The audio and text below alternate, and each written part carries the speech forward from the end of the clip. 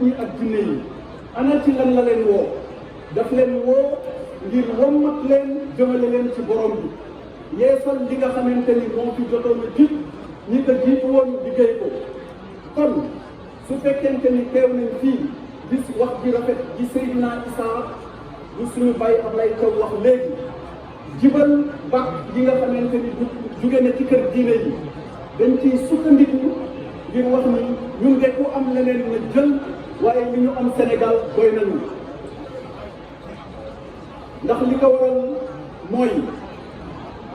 jibal nañ fii léegi bàkku Tiwaawan muy Seydi Hadji Malick Sy doomam ju baax ji di Serigne Khalifa Ababacar Sy radiyallahu taala anhu dafa am lu mu waxoon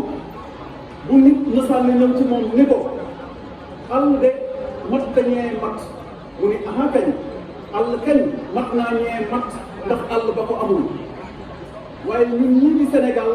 mat nañoo ñee ndax ñun la yàlla muurloo Seydina Limaamu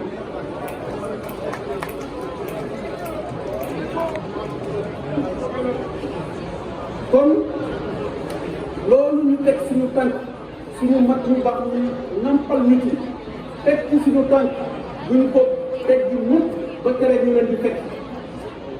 loolu nag mooy lislaam